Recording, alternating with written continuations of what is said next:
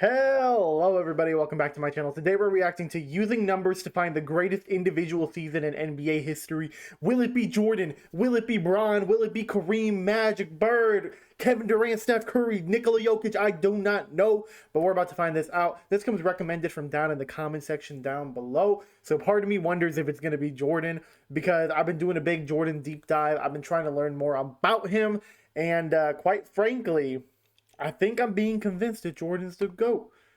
And this video might help me. I think you Jordan fans recommended it because you know that it's Jordan. But hey, we're still gonna find out. We're gonna check it out. I got my money on Bron right now, but I could be dead wrong. Let's go ahead and check it out. If I asked you throughout... Oh, by the way, this is Jimmy High Roller's second video I'm reacting to of his. I really like his first video, so hopefully this one's just as good. If I asked you throughout NBA history who had the best individual season and what year did it take place, what would your answer be? 2018 LeBron. Can a season truly be great if a player doesn't lead their team to a championship? What Fair. about empty stats or years where players put together incredible seasons but didn't walk away with the MVP? Just like many other fans of the game, I've always wondered who truly had the greatest season in NBA history. If we were to somehow add up all the things that a player did throughout a season, their impact and value, and condense all of it into one number, some sort of value or greatness score, then we could determine who had the best season of all time. And so that's what I did. A formula to decide who had the best individual season in NBA history. And not only did I find that season, but it was so great that no other season comes even close. Dang. With the 2023 NBA season going completely off the rails with big games, huge numbers, and record-breaking performances every other night, I had to gather myself and put all of this madness into context. Okay. How historic are these seasons really? Where do the individual performances of this season rank among the greatest season performances in NBA history? Well, in order to answer this question, I had to create a basic formula that factors in everything a player does on an individual level throughout a season. But first, I had to determine what numbers and awards actually matter and which ones don't. Fair. For example, winning the MVP is the greatest individual award a player can win, but there have been countless amazing seasons in which players did not win the award. So Dude, why Jimmy got such a good beat in the background? What? But there have been countless amazing seasons in which players did not win the award. So we can't use this as a metric to measure how great an individual season You're not going to use the MVP as a metric. really was. I also had to exclude statistics that were heavily skewed by team performance, like win totals or even stats like offensive and defensive rating. Wow. We are, after all, looking for the best individual season. So after much deliberation, I narrowed down the criteria for the best season ever to these 9 factors. Points, rebounds, and assists. If a player was selected to an all-defensive team, if a player won Defensive Player of the Year, if they led the league in one of the 3 major statistics, player efficiency rating, win shares, box plus minus, value over replacement, and just to spice things up, All-Star Game MVP. All-Star Game MVP, but regular season MVP not in there? The total number that a player achieves from these 9 metrics, Or winning the championship. That's not in there. Finals MVP. is their season score. The higher the score, the greater the season. And before we get started, I want to point out a few things. As I stated before, I did not factor in MVPs in this experiment because there's just been far too many incredible seasons where players were not crowned the most valuable player. Like in 1989, when Michael Jordan clearly had the best season that year, but Magic Johnson won the MVP. Another thing to keep in mind here is that most statistics that are available today have only been around since 1975. So any great season that took place in the early 70s and 60s was excluded from this experiment. Bill and Wilt. Yo, Wilt might have had one of the best seasons. Like when he averaged 50. Which actually shouldn't even be a problem since a lot of NBA fans act like those seasons never even happened anyways. Another major factor that I left out was postseason success. And I know this will be a controversial decision, but in order to even make it deep into the playoffs, a great player still needs a solid supporting cast or else he has no real shot to win it all. An obvious example of this is Nikola Jokic last season with the Nuggets. One of the best individual seasons of all time, just to be knocked out of the first round of the playoffs in a gentleman's sweep. Despite what a player did or did not accomplish throughout a season, we are looking for the best season from a player who had the biggest impact on the court game after game. And after spending countless, mind-numbing, migraine-inducing hours searching through hundreds of seasons from any and every player who even had a shot at putting together an all-time year, I have found the single greatest individual season in NBA history. What is it, Jimmy? And it's a season that was so good, no other season by any other player comes even close. But I want to give some perspective on these season scores and what a good season looks like, what a great season looks like, and what an all-time season looks like. Okay. Back in 2018, LeBron James 2018, bro. This might not be the best Bron, but it was my favorite Bron, okay? finished second The most clutch LeBron, the least supporting cast LeBron.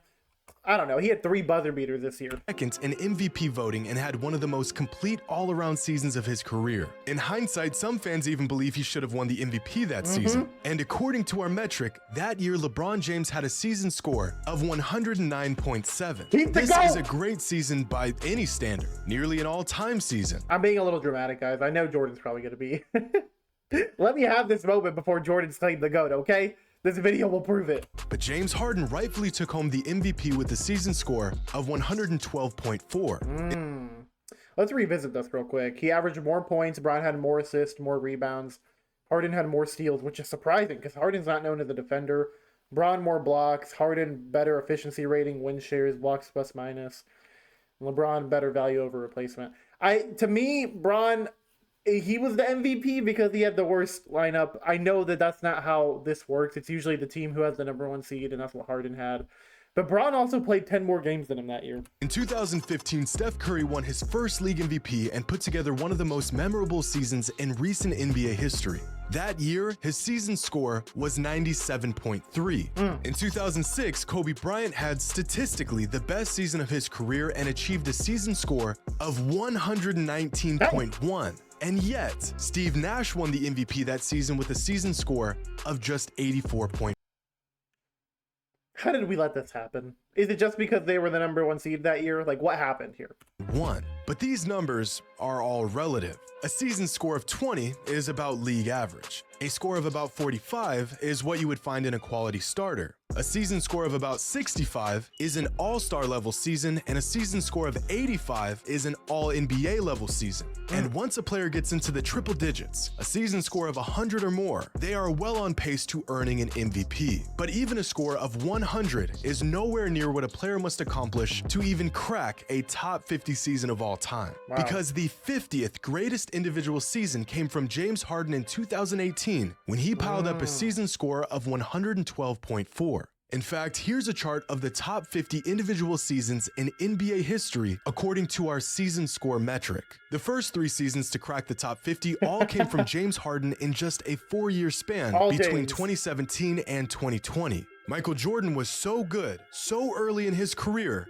I like how last year of Jordan is still better than every version of James Harden. That even his rookie season made the list as the 32nd best individual season of all time. Rookie Jordan is better than prime Harden, Jokic, Giannis, Kobe? No way, dude. Tracy McGrady put together his best season in 2003 with a season score of 115.3. Hakeem's 1994 campaign lands at the 35th spot of all time, and just above him you'll find Steph's unanimous MVP season in 2016. Nikola Jokic achieved a career-high season score last season with a total of 120.3 points, the 23rd best individual season of all time. But Giannis actually scored just slightly higher than Jokic did last season with a season score of 120.9. Russell Westbrook's MVP year is the 17th best individual season of all time and easily the best season of his career. Keep going up and we'll find the best seasons from some of the greatest players of all time. Dwayne Wade in 2009, KD in 2004. Dude, I really thought 2013 LeBron would have been higher than that. I think it's going to have to be Jordan. Because if we have 2012 and 2013 LeBron, it's got to be Jordan. Kareem LeBron might not even make top 10. in 76. In 2020, Giannis put together one of the Never mind, he had a better one in 2010. greatest seasons ever with a season score of 129.8. just behind LeBron's 2009 season, which turns out to be the best individual season of his career, where he earned a season score of 130.2. Dang. And after this mark, we enter the Michael Jordan zone, where it's a whole lot of MJ reeling off some of the best individual seasons of all time, year after year. And right at the top are the 3 best individual seasons of all time. Oh my gosh. David Robinson's criminally underrated 1994 season, Shaq's masterpiece in the 2000 NBA season, and Michael Jordan's 1989 season that earned him a season score of 137.7. Hold up. There's one season missing here. Oh my gosh. Is it Jordan? We got 1, 2, 3, 4, 5. I already seen multiple Jordans down there. Is it still Jordan? Oh my gosh. There it is. Michael Jordan's 1988 regular season, widely regarded as the greatest of all time. Wow. And that's because it is. With a season score of 154.8, Jordan's 1988 campaign is the greatest individual season in NBA history. This chart is pretty mind-boggling, dude. I know that Jimmy put together a really random calculation, but Jordan really does come out on top on this, dude. It's extremely impressive. And it's not even remotely close. No. But he also had, what was it? 1, 2, 3, 4, 5, 6, 7, 8, 9, 10? 10 of the greatest 50 seasons of all time? Is that what I'm seeing? I gotta have missed one, maybe. 1, 2, 3, 4, 5, 6, 7, 8, 9, 10. He had 10. MJ played 13 seasons on the Bulls, and 10 of those were top 50 all time. I want to take a deeper look at these results because they reveal some interesting things about what we know and what we thought we knew. Some all-time legends that didn't even have a single season that made the top 50 list include Larry Bird, Magic Johnson, Tim Duncan, Charles Barkley, Dirk Nowitzki, and many more. The calculations messed up then. No chance, man. Some of these are the best ever. On the other hand, there have been a handful of players that have had multiple seasons that cracked the top 50. These players include Michael Jordan with 11 I did miss it. 11 of his 13 Bull seasons. Oh my gosh. 50 seasons of all time. LeBron James with 5. James Harden, Giannis Antetokounmpo, and David Robinson with 4 apiece. Kareem and Garnett with 3. And Hakeem, Kobe, Jokic, Shaq, and Chris Paul, all with 2 top 50 seasons each. Wow. But the most interesting thing that these numbers reveal is that the second best individual season in NBA history didn't even earn an MVP. Michael Jordan's 1989 season ranks second all time among season scores, and somehow he still finished second in MVP voting that season behind Magic. Yeah, he was robbed. No doubt. But we already knew Jordan was robbed from a lot of MVPs. Johnson, who earned a season score of 103.9. Still a great score, but nowhere near the season Michael had. And if you take a look at their numbers throughout that season, it's clear that a robbery took place here. Yep. Same thing happened in 1990 when Michael Jordan put up the 5th highest season score in NBA history and finished not second, but 3rd in MVP voting behind Magic Johnson and Charles Barkley. Brother, who was voting back then? And again, the numbers are clear as day. This MVP should have gone to Michael, and it's not even close. Now, the idea that Were people just obsessed with Magic because he was winning chips back then? Michael Jordan and LeBron James should have probably won more MVPs throughout their careers becomes even more glaring through the lens of this season score metric. But of all the seasons that made an appearance on this list, only the 2009 season features 3 players who all put up top 50 seasons of all time. That year, LeBron James, Dwayne Wade, and Chris Paul all not only had historically great seasons, all 3 of them put up top 25 seasons in NBA history. As I spoke about before, in most seasons, a game score of 100 will give a player a real shot at winning the league MVP. CP3, D Wade, and LeBron all had season scores of over 120. But with this NBA season being flooded with all-time talent and incredible performances every single night, are there any players that are putting together seasons this year that would crack this all-time list? We'll have to make a couple estimations here because some stats within our metric like VORP and win shares are cumulative stats. But at their current pace, here are the projected season scores for the best players in the NBA this season, with the top 5 season scores coming from Luka, Jokic, Giannis, Embiid, and Tatum.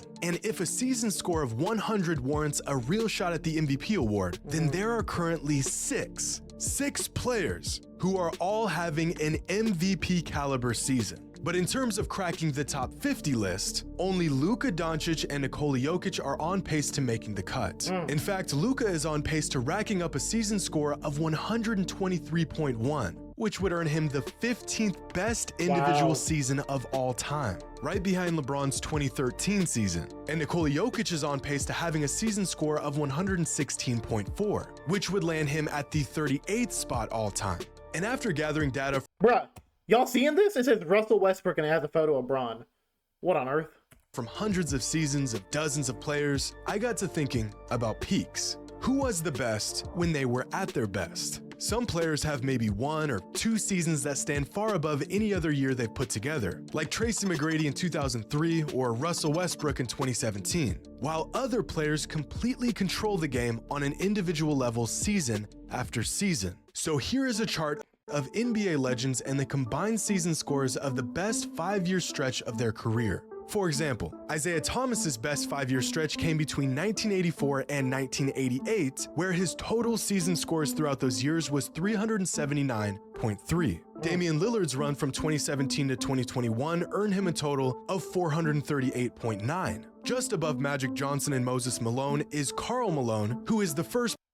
Dude, Anthony Davis and John Stockton and Magic Johnson being around the same area really shows me how good John Stockton was, dude, because I don't know much about his game outside he's a good playmaker, but maybe I got to check out some more John. Player on this chart to crack 500. Nikola Jokic is currently in his best 5-year stretch and has a total score of 508.8. But this number will jump much higher after this season, somewhere around the 540 range. Kobe, Hakeem, and Bird all had similarly great primes in the NBA, ranging from 514 to 518. Tim Duncan is sandwiched right between Russell Westbrook and Kevin Durant. Our first big jump occurs with James Harden's run between 2016 and 2020. And after these marks, we get into the very best individual runs in NBA history. Shaq in the early 2000s, a young Kareem, a mind-boggling 5-year individual stretch from David Robinson in the mid-90s. Yo, I've been sleeping on David Robinson as well. I'm gonna have to check him out.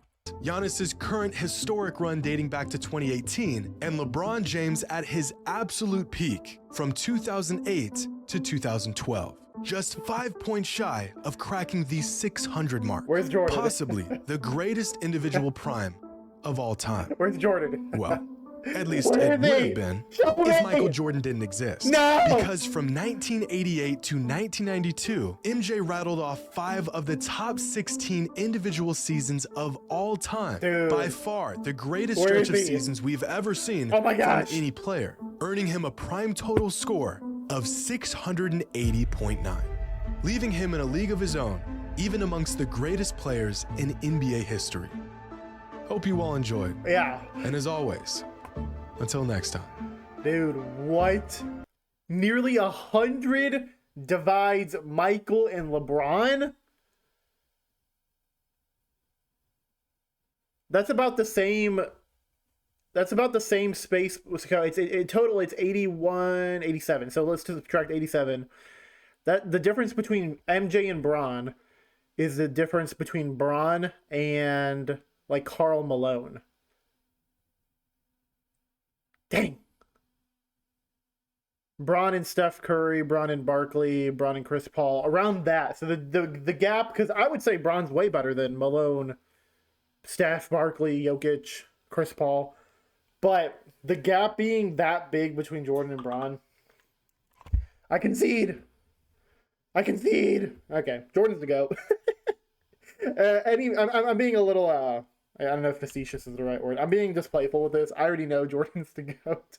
I figured he would come out on top with this one because y'all recommended it in the comments. But sheesh, dude. These are the kind of videos that like are really thinking outside of the box. And I just really find enjoyable. Because you hear the same kind of debates with the GOAT debate or top 10 debates between different players like over and over and over and over again.